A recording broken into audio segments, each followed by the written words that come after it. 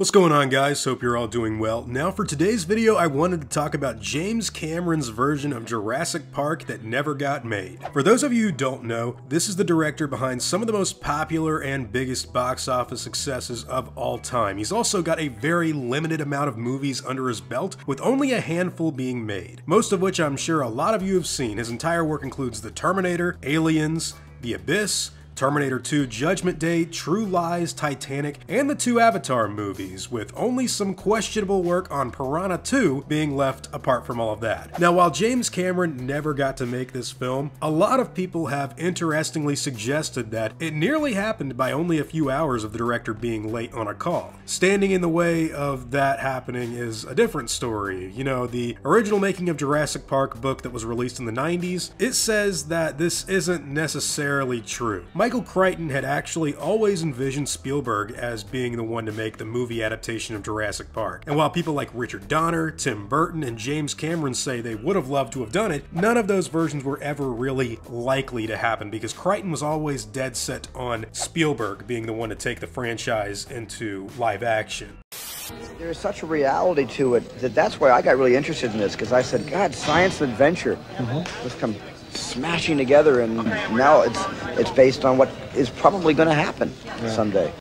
To quote The Making of Jurassic Park directly, the book states that offers flooded in immediately. I was in Canada visiting, Michael Crichton recalled, and all these bids and negotiations were taking place. I was a very popular person in Hollywood for about a day. The field was quickly narrowed to 4 serious contenders, each a big-time director with major studio backing. 20th Century Fox was pursuing the project for Joe Dante, Warner Brothers wanted it for Tim Burton, Goober Peters Entertainment in affiliation with TriStar Pictures had Richard Donner in their corner, and Universal was pushing hard on behalf of Spielberg. From his vacation retreat, Crichton spoke to all of them on the phone and ultimately reaffirmed his earlier predisposition based on whom he thought stood the best chance of actually getting the film made. Less than a week after it was offered for sale, a deal was locked and Jurassic Park was announced as a major motion picture to be directed by Steven Spielberg. So while James Cameron was, in a bidding war, in a sense, to get the rights to Jurassic Park, there was a lot of other people trying to make this thing at the same time, but Crichton was always like, nah, it's gotta be Steven Spielberg. Now, James Cameron eventually came to the conclusion in his own head that he wasn't even the right person to make Jurassic Park.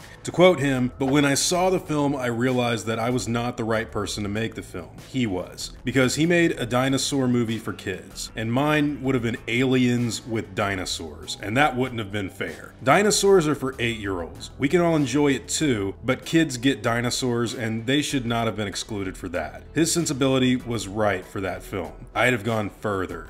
Nastier. Much nastier." With that being said, as someone that is both a fan of the Michael Crichton book as well as James Cameron's movie Aliens, I think this sounds pretty freaking cool. And from his work on other movies like The Abyss, and as well as how groundbreaking he really is with special effects technology, I think all of that stuff would have made for one really good movie. Unfortunately, there isn't much that we can really talk about that's concrete on this film version because it never did get made, so all we really have to go by are what James Cameron did on other movies in the past, like The Abyss, Terminator 2, Aliens, or maybe even the Avatar films, which he was very groundbreaking on. I do also want to state that before we talk about what he would have done, we should talk about, what he actually did do on movies that featured a lot of science fiction or action material in them, because that's pretty much what he says his version of Jurassic Park would have been. But I also want to tell you guys that even though there is stuff that's really groundbreaking, like the T-1000 or the liquid stuff in The Abyss, that doesn't necessarily mean that Jurassic Park would have been as groundbreaking as it,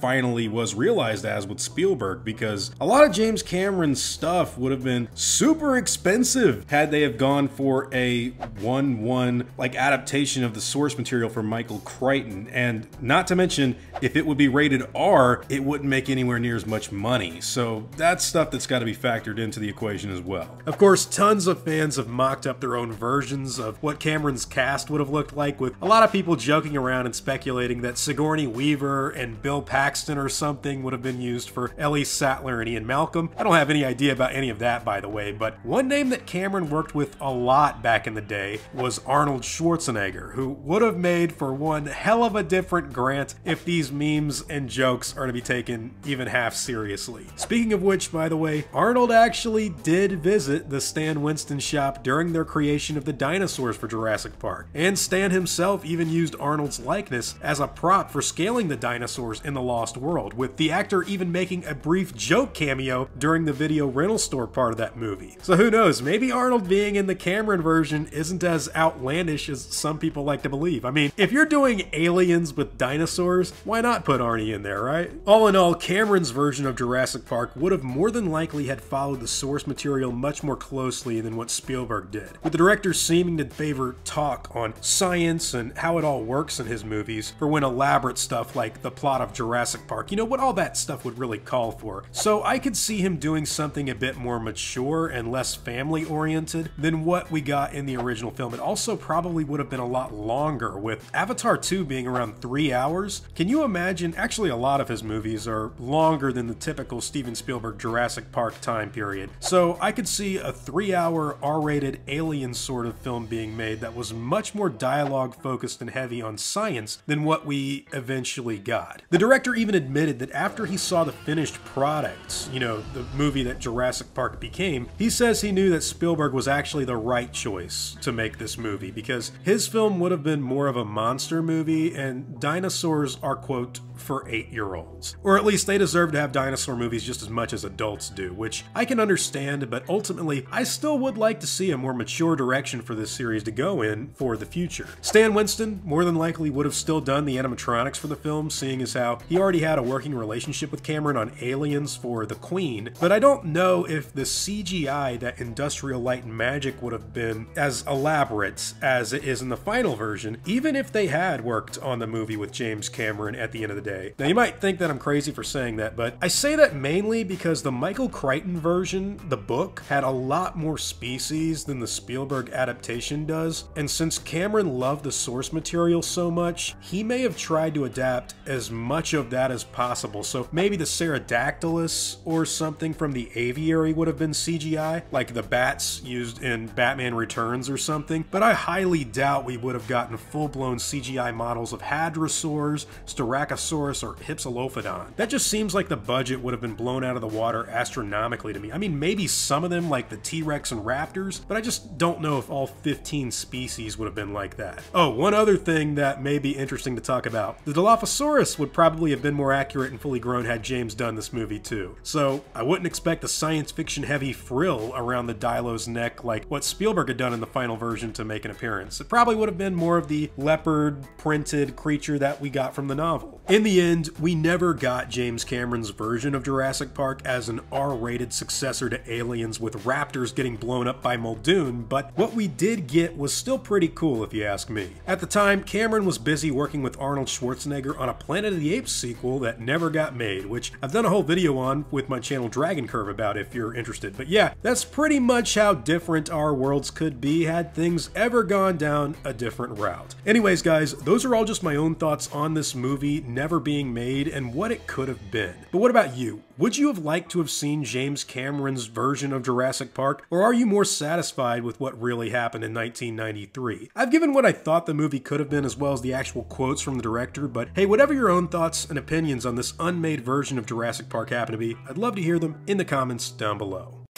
Now before I go, I'd like to thank all of my game wardens and InGen executives, as well as all of my park workers and InGen hunters as well. You've all helped my channel immensely, and I'm incredibly grateful for all of that support. Now I'd like to thank you all for watching today's video and hope that you enjoyed the content. If you feel like I deserve it, I'd appreciate the like and hope that you all consider subscribing. I'll see you all in the next video, guys, and as always, take it easy.